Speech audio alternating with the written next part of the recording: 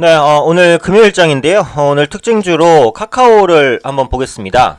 카카오가 오늘 약세장에도 불구하고 플러스권을 보여주고 있어요. 물론 큰 폭의 상승은 아니지만 관련해서 이슈가 나왔기 때문에 간단히 분석해 볼 필요는 있을 것 같아요. 그래서 카카오 카풀에 대한 그 출퇴근 시간에만 카카오 카풀이 이제 허용이 됐죠. 그러니까 그동안 카카오 카풀이 이제 택시업계와 마찰을 빚으면서 이런 갈등들의 주가가 계속해서 하락했습니다. 근데 이번에 카카오 카풀이 허용이 됐어요. 물론 출퇴근 시간에만 허용이 된 거죠.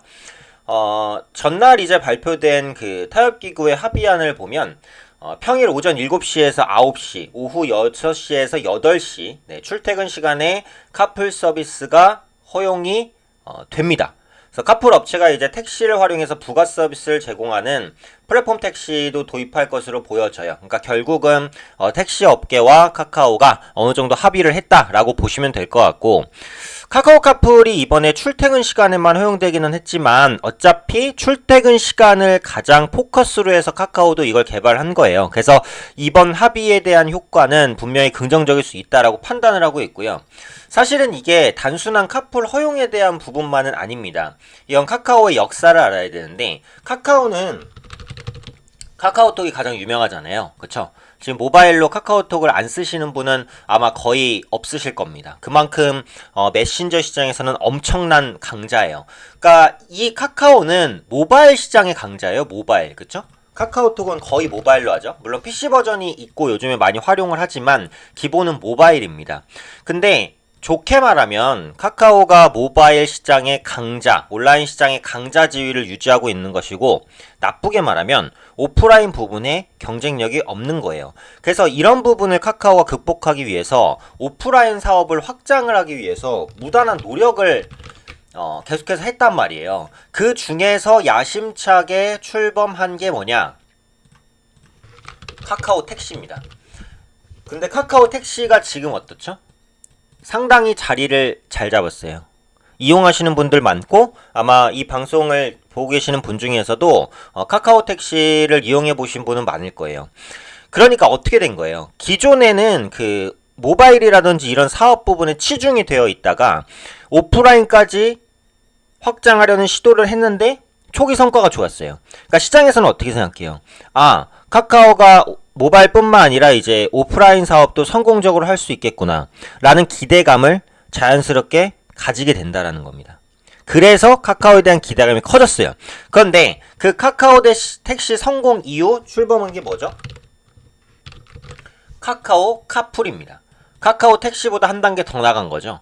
그런데 문제는 이 카카오 카풀이 아시다시피 택시업계의 반대에 부딪혔습니다. 당연히 택시업계의 수익성을 저해할 수 있는 요인이 다분하죠. 그러다 보니까 택시업계는 반발을 했고, 그러면서 잠정 철회를 했어요.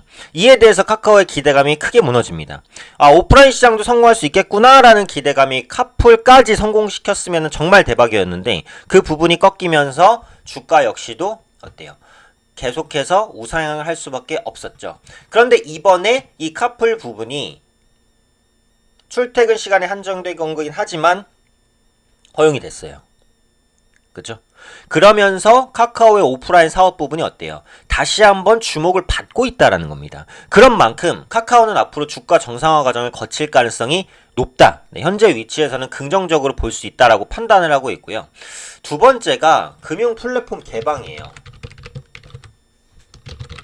지금 시장에서는 앞으로 페이 관련주, 간편결제 관련주가 주목받을 수밖에 없는 게, 그러니까 지금 간편결제 시장 파이를 키우겠다라고 정부가 공언을 하고 있는 상황이죠. 어떤 식으로 키우냐? 지금 간편결제 페이는, 그러니까 카카오 같은 경우는 뭐죠? 카카오페이입니다. 카카오가 가지고 있는 건 카카오페이인데, 카카오페이 같은 경우는 어때요? 지금 뭐 상품 살 때나 결제할 수 있어요. 그쵸? 그 이외에 뭐 카카오페이가 크게 이제 결제라든지 이런 부분에서 광범위하게 활용이 되진 않잖아요. 지갑에 카카오페이 카드를 뭐 갖고 다니고 그러십니까? 그런 거 없잖아요. 네. 간편 결제, 모바일, 온라인에서 이용할 수 있는 그냥 손쉬운 결제 수단. 그 이상도 이하도 아니에요. 그런데 앞으로는 이 페이에 뭐를 도입하냐면, 물론 카카오페이에만 해당되는 거 아니에요. 네이버페이, 카카오페이, 그 다음에 뭐 페이코 이런 간편 결제 시스템에 다 도입이 되는 겁니다. 도입되는 게 뭐냐면 첫 번째로는 후불 결제예요. 후불 결제. 50만원 한도 내서 일단 허용을 하고 그 다음엔 허용치를 높이겠죠. 후불 결제를 도입한다는 건 뭐죠? 신용이에요. 신용. 그건 뭐예요? 신용카드 기능을 도입한다는 거예요. 페이에. 그러면 페이의 경쟁력이 예전보다 커지겠죠. 자, 그 다음에 또 뭐냐? 페이의 결제 범위 확대. 항공권, 뭐 여행권 이런 것들. 그러니까 지금은 아까도 말씀드린 대로 페이로 살 수 있는 게 뭐 일정 물건에 거의 한정이 돼 있어요.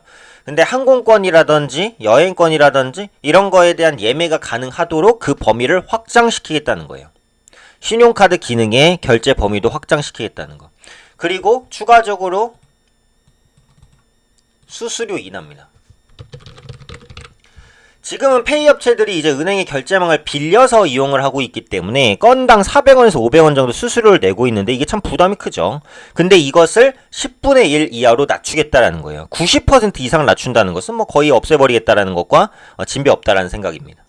그런 관점에서 앞으로는 페이를 가지고 있는 업체들의 경쟁력이 커지겠죠. 그럼 기본적으로 뭘 봐야 되는 거예요?